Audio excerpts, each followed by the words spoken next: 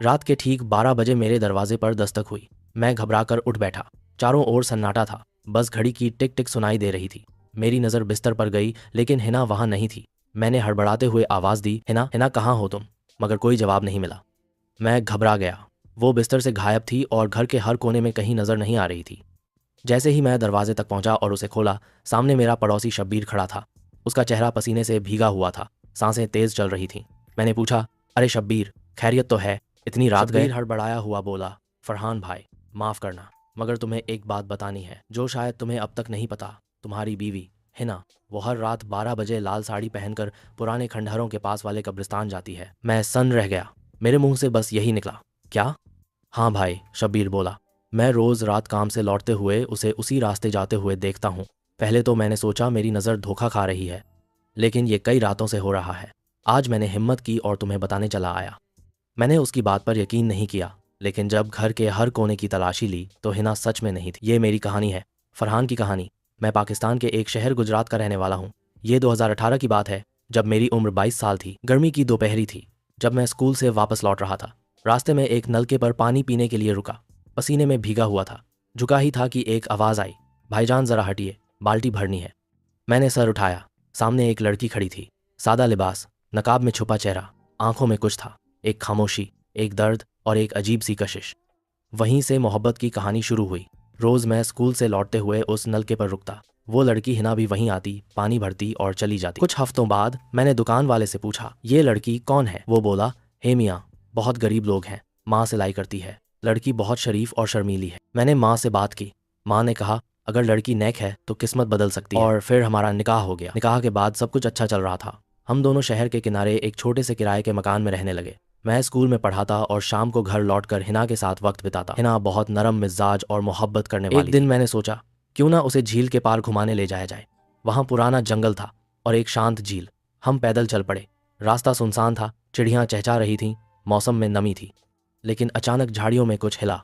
एक सांप निकल कर आया और हिना के पैर पर हमला कर दिया। हिना ज़मीन पर गिर गई। मैंने फ़ौरन उसकी चप्पल उतारी, चादर फाड़ी, उसके ज़ख्म को बांधा और पास की नदी से पानी लाया। दुआओं के साथ मैंने उसके चेहरे पर पानी डाला और अल्लाह से रोते हुए फरियाद की। कुछ देर बाद उसकी आंखें खुलीं। मैंने चैन की सांस ली। लेकिन उस दिन के बाद सब कुछ बदल गया। हिना और भी ज़्यादा मोहब्बत करने लगी थी। हर बात में मेरा ख्याल रखती। लेकिन एक बात खटकने लगी। 3 साल बीत गए थे, मगर हमारे घर में बच्चे की किलकारी नहीं गूंजी। एक दिन मैंने उससे कहा, हिना, मैं परेशान हूँ। हमारी शादी को 3 साल हो गए, लेकिन बच्चा नहीं हुआ। उसका चेहरा पीला पड़ गया, जैसे उसकी रूह कांप गई हो। वो बोली, अगर तुम दूसरी शादी करना चाहो तो कर लो, मुझे कोई ऐतराज़ नहीं। उसकी ये बात तीर की तरह लगी। मैंने मना कर दिया। फिर हम दोनों एक हकीम के पास गए। हकीम ने बताया कि हम दोनों बिल्कुल ठीक हैं, सिर्फ सब्र की ज़रूरत है। हकीम से लौटते वक्त एक बूढ़ी औरत ने हमें रास्ते में रोका और कहा, बेटी, मैं हर रात तुम्हें कब्रिस्तान की तरफ जाते देखती हूँ, सब ठीक तो है? हिना जोर से हंस दी। अम्मा, क्या कह रही हो? मेरा क्या काम कब्रिस्तान में? मैंने भी अम्मा की बात हंसी में उड़ा दी, लेकिन उसके बाद वो बात मेरे दिल में चुभती रही। एक दिन मैंने हिना से कहा, मैं आज काम के सिलसिले में शहर जा रहा हूँ, दोस्त के घर रुकूंगा, रात में दरवाज़ा बंद कर लेना। असल में मैं और शब्बीर उस रात उसका पीछा करने वाले थे। रात 12 बजे हिना घर से निकली, लाल साड़ी, लाल सुर्खी, आंखों में काजल। वो कोई और ही लग रही थी, मेरी बीवी नहीं, एक अजनबी। हमने उसका पीछा किया।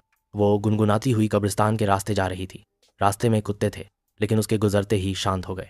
शब्बीर बोला, मैं कहता था ना, ये कोई आम औरत नहीं है। कोई भी औरत हर रोज़ उस भयानक कब्रिस्तान में नहीं जाती। हिना कब्रिस्तान में दाखिल हुई। हम थोड़ी दूर से छुपे हुए देख रहे थे। वहाँ कुछ पत्थर थे, एक पेड़ के नीचे मिट्टी खोदी गई थी। हिना वहाँ जाकर बैठ गई और कुछ पढ़ने लगी।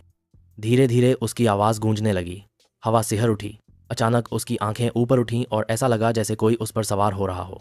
उसका चेहरा अजीब ढंग से बदलने लगा। आंखें एकटक ऊपर की ओर, चेहरे पर काली परछाएं। मैं बुरी तरह कांप रहा था। अगली सुबह हिना वैसे ही थी, मुस्कुराती, अंडा परांठा बनाती। लेकिन अब मैं उसे उसी निगाह से नहीं देख सकता था। शब्बीर और मैंने तय किया कि आज रात उस पेड़ के नीचे जाकर देखेंगे। रात को जब हिना चली गई, हम दोनों कब्रिस्तान पहुंचे, वहीं जहां वो रोज़ जाती थी। हमने खुदाई की। थोड़ी देर बाद हमें एक काला बक्सा मिला। खोलते ही तेज़ बदबू और राख निकली। उसके अंदर कुछ बाल, लाल कपड़ा और हिना की तस्वीर थी। शब्बीर बोला, यह ताबीज़ का सामान है। किसी को बांधने, वश में करने या आत्मा को बुलाने के लिए यह सब किया जाता है। मैं पसीना पसीना है।